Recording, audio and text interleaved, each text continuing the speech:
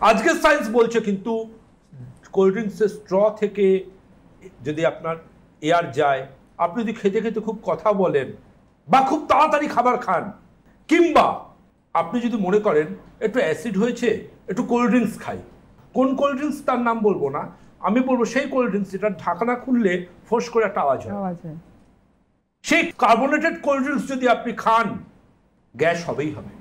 আপনি গ্যাস কমাবার জন্য অনেকে কোল্ড ড্রিঙ্কস খাচ্ছেন, কিন্তু ওটা খেলে কিন্তু গ্যাস বাড়বে। আর কাদের ক্ষেত্রে হয়, রোমন্থন জানেন তো, রোমন্থন, ঘাস খেয়ে বসে বসে একটা জায়গায় ওপরের চোয়ালটা ফিক্স থাকে, তলার চোয়ালটাকে এইভাবে রোটেট করতে থাকে, হ্যাঁ, সেরকম কিছু হাবলুদা, রবিদা, পিন্টুদা, হাবলাদারা আছেন যারা মুখের মধ্যে বিভিন্ন চুইং টোবাকো বা চিকলেটস বা বাবল গাম মুখে নিয়ে এরকমভাবে জাবর কাটতে থাকেন।